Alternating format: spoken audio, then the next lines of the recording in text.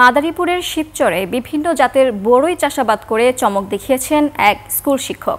করোনাকালীন অলস সময় কাজে লাগিয়ে প্রায় ৬ বিঘা জমিতে ৮ শতাধিক বড়ই গাছ রোপণ করেন। সেই গাছে ঝুলছে সুস্বাদু বড়ই। একজন স্কুল শিক্ষকের এমন সফলতা দেখতে অনেকেই আসেন বাগানে। মাদারীপুর প্রতিনিধি নজরুল ইসলাম পলাশের তথ্যচিত্রে ডেস্ক রিপোর্ট। মাদারীপুরের শিবচরের সোনাখারকান্দি সরকারি প্রাথমিক বিদ্যালয়ের ভারপ্রাপ্ত প্রধান শিক্ষক মোহাম্মদ জসিম মাতবর করোনার সময় ঘরবন্দি না থেকে সময়কে কাজে লাগান। চুয়াডাঙ্গা গিয়ে প্রশিক্ষণ নেন বড়ই চাষের উপর। প্রশিক্ষণ শেষে প্রায় ৬ বিঘা জমিতে শুরু করেন বিভিন্ন জাতের বড়ই চাষ। ২ বছরের মধ্যেই তার বড়ই খেতে অভাবনীয় সাফল্য ধরা দিয়েছে। স্বাদে মিষ্টি হওয়ায় বাজারে চাহিদাও বেশি। এ পর্যন্ত ৪ লাখ, ৪.৫ লাখের মতো হবে, আরও হয়তো ১ লক্ষ টাকার মতো খরচ যাবে। আশা করছি আমি ১০ লক্ষ টাকার ফল বেচতে পারবো।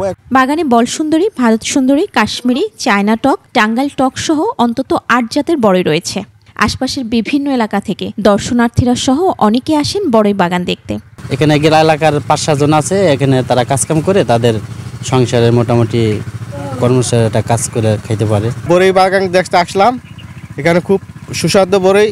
সিল্কোর সিল্ক অ্যান্ড শাইন, যাতে আছে আর্গান অয়েল ও ওট প্রোটিনের গুডনেস, যা আপনার চুলকে রাখে হেলদি অ্যান্ড শাইনিং। ভবিষ্যতে আর কিভাবে বাগান করা যায় এর জন্য তার কাছে পরামর্শ নেওয়ার জন্য এখানে আসছি। এই বাগানটা খুব সুন্দর, আমরা এই বাগানে আসা যাওয়া করি, বাগানের বড়ই খাওয়া দাওয়া করি। নতুন উদ্যোক্তা তৈরির ক্ষেত্রে স্কুল শিক্ষক জসিমের এই কাজ ভালো ভূমিকা রাখবে বলছেন জেলার খামারবাড়ির এই কর্মকর্তা।